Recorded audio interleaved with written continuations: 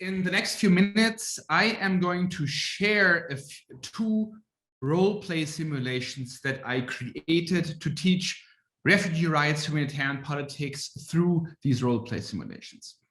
I'm first going to tell you about the role-play simulations, the scenarios, and then share a few highlights about the design choices I made and what we can expect in terms of student learning.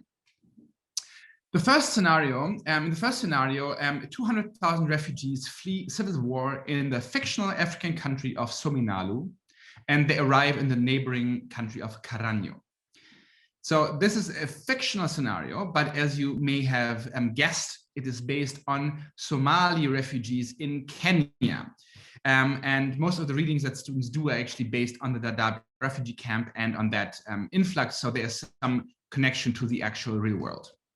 So far, 50,000 refugees have arrived in Karanyo. The civil war has been going on for 2 years, and it is expected to continue in the future. There's two ethnicities. The majority are Akili, and as are citizens in Karanyo, the northern part in the border. Again, that is mirroring what is actually happening in Somalia, ethnic Somalis in Kenya. And I invented another ethnicity. A fifth of the refugees are Wengine minority ethnic group, and I invented some tension between the groups, some heterogeneity in the two groups. Now, the government of Karanyo, which may or may not have the flag of Wakanda, holds a government consultation on the influx of Somali refugees that is going to decide whether a refugee camp should be created and whether refugees should be required to move into camps, so in an encampment policy, where such a camp should be relocated, and to what extent refugees should be granted civil economic rights, including the right to work.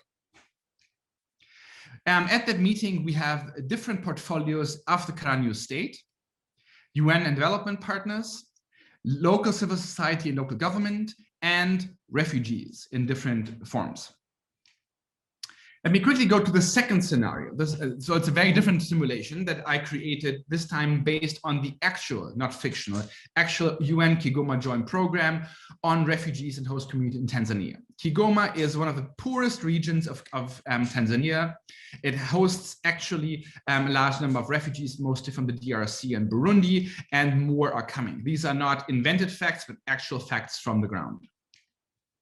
And this is a photo of the Mtendeli camp in Tanzania.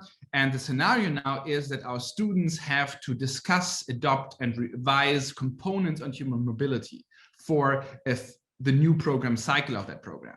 And they are tasked with understanding how to provide more agency to refugees, incorporate guidance from the two global compacts, and consider adding a diaspora component. All of these things have been discussed in my class on migration and human development, or in refugee class that I'm teaching, where I use these simulations. And overall, they're supposed to support the government of Tanzania to either improve the macro policy environment for refugees or diaspora migrants, or to revise and devise specific direct assistance programs on the ground. And here we have a large UN country team. We have development partners, Tanzanian government, and again, civil society, including academia, who take part in the elaboration of this new program. So what do students learn and how do they learn?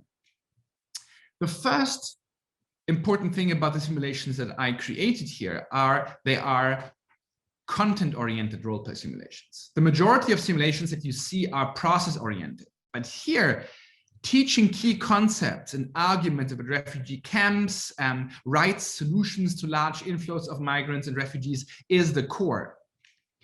So from the assigned readings, each role has a role sheet and stylized facts, and additional reflections and research that students do. Students create their own roles, their aspirations, their priorities and strategies.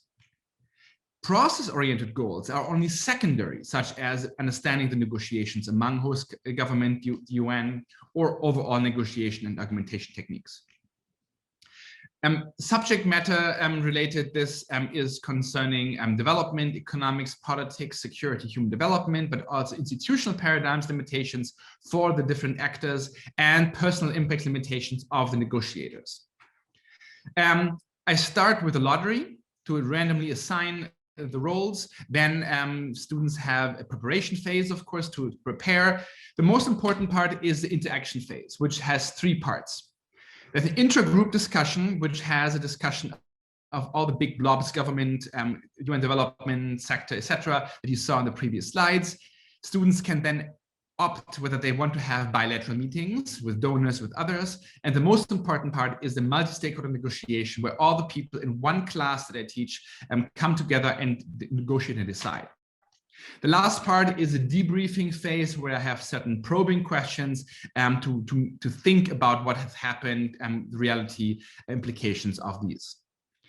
And there are 3 ways one can use this as a grading tool. First, it can just be part of the general participation grade, or one can use a graded briefing memo before the simulation, or a graded debriefing memo after the simulation. I did all of the 3 in the last few years, and I think the last one is the best.